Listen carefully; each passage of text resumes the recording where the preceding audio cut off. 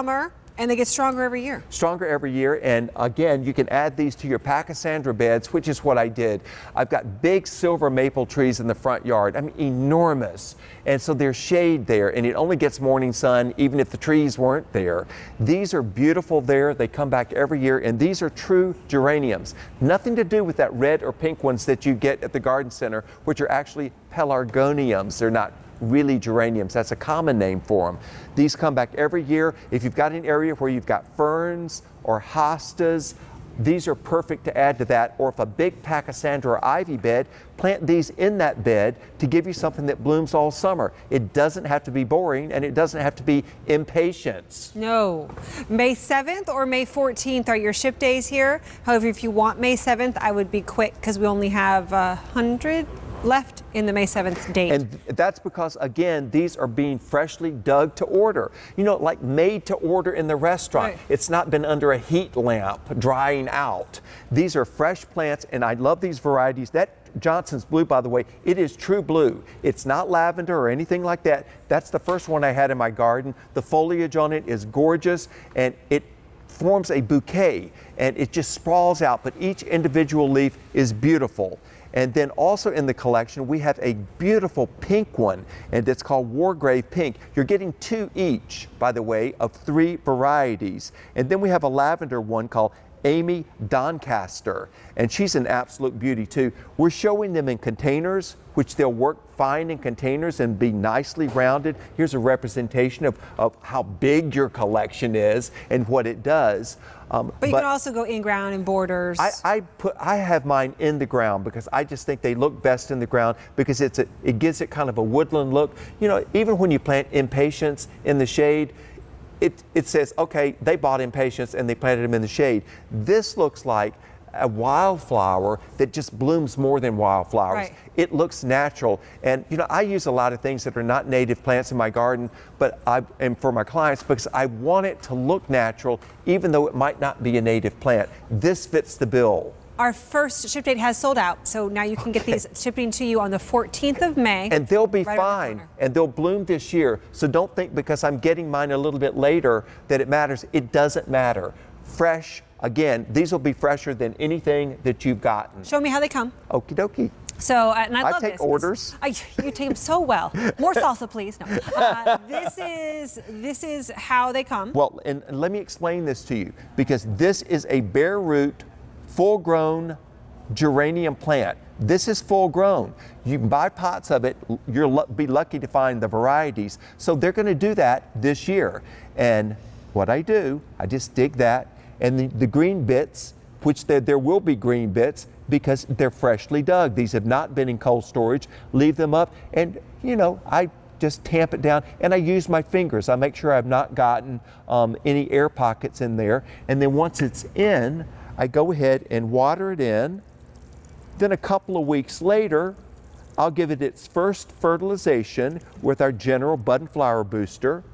And then after that, you don't have to fertilize it again. Really? You fertilize it one time to get it started. That is it on these. So you do it once and then it's done. If you've got an area where you have the hostas, these are great companion. They're particularly in the edge of your pathway that's going through the shade, because it does give you that, you know, English garden path look. And mine have been in there for years. I've had a lot of things that, you know, they come and they go. This one has stayed, and I love that. And they're the 3 different colors that you have in this. You're getting 2 each of those. So you're getting 6 plants. This is a big, big collection. We sold 4,500 so far this month. We have less than how many left, Gordon? We only have 1,900 now left. Ship date of May 14th for you.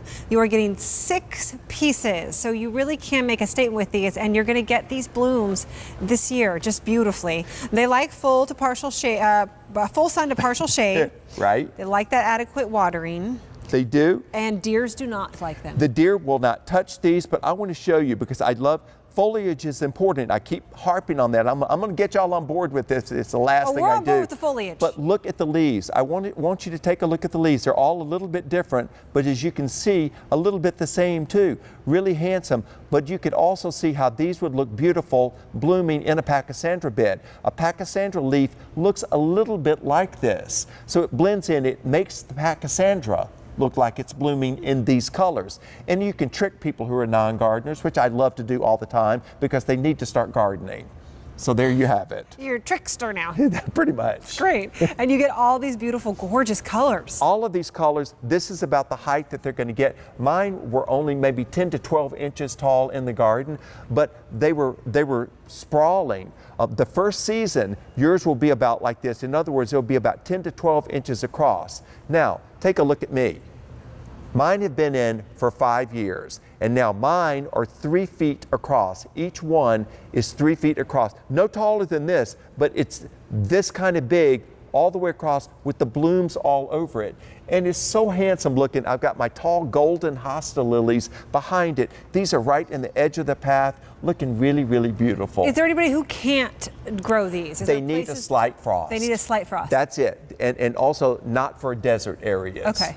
But all in all, pretty much anywhere, even on rooftop gardens, they're really, really tough. But finally, something for the shade that is a perennial that comes back every year, that is a long-lived perennial. The first one I ever had was the blue one, the Johnson's Blue, which you see on the left-hand side of your screen. Then you have the beautiful pink one in the center. Then you also have the lavender one. You can find maybe one variety here, but you're not going to find all 3 of these varieties. We've got the collection right here together. You've got a pair of each variety, which is nice. 6 plants. Fewer than 1,500 left. And We're you'll getting love down these. to the end of these. We've already sold out of a ship date. And we See have the edge of the 1,500. path? See how it spills out over that? And that's what I love about it. When it spills out over the edge of the path, you're not looking at mulch. You're not looking at an edging. You're not looking at leggy plants that are planted next to it. It does give you that English garden path look. Does. And my mentor, Rosemary Veary, was from the Cotswolds part of England, and she used these perennial geraniums all of the time in her garden, and I started using them simply because they reminded me of her, and then I discovered they really work. Yeah. And so I was all in because my whole shade garden, it was pachysandra, it was ivy, it was vinca vines, it was ferns, and it was boring. I wanted something blooming, and these satisfied me for that. And if you've got an area in the shade that, say, the tree roots where you just can't dig, you can do pots. Sit them in the bed with these planted in the pots. They will survive in the pots all winter without you bringing the pots in, doing anything special to them. They'll just be dandy. So that's a way to get around tree roots. A little bit dandy. Linda's calling, our first good. caller of the show. Hi, Linda. How are you? Hi, Kirsten. How are you? Good. Hi, How Philip. are you? Hey, Linda, thanks for calling in from Maryland. Good to hear you. Yeah, good to hear you. You're picking these I've up? been a garden. Are you picking these up? Yes, I did, and a couple other things. Well, they're not lilies. So the deer won't eat them.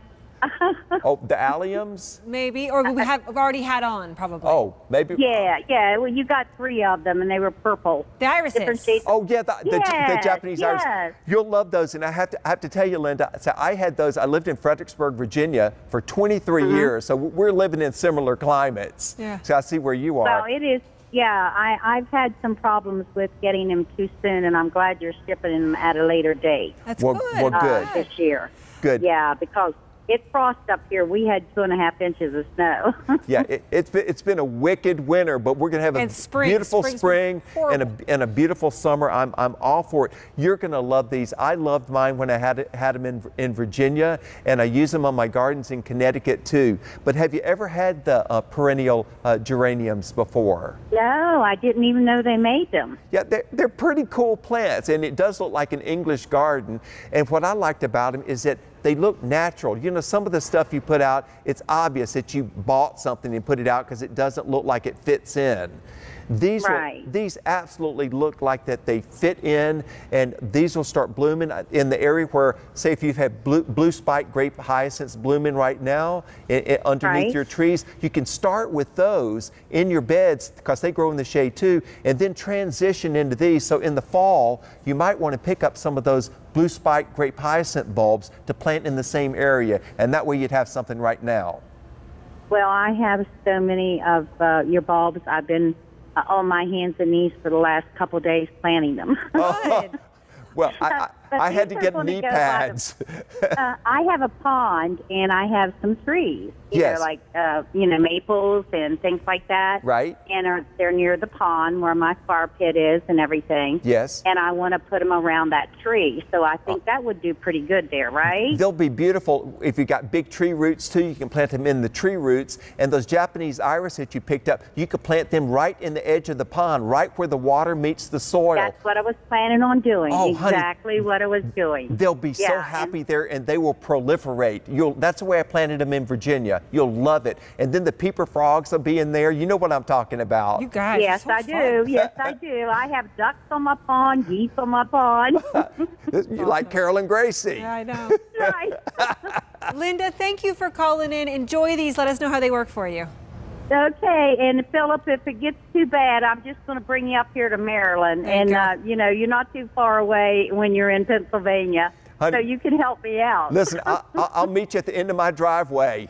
It sounds like a winner. Come get me. Okay, you guys have a great day. Thanks, Nice talking to Thanks, you. Linda. Bye-bye. Bye-bye. Set of 6, free shipping and handling. Only 500? That's all we have left. Oh my goodness, Wow. lots have been picked up. Yeah, and I don't love wait. these. Yeah, they're great. Yeah. You thirsty? I'm thirsty.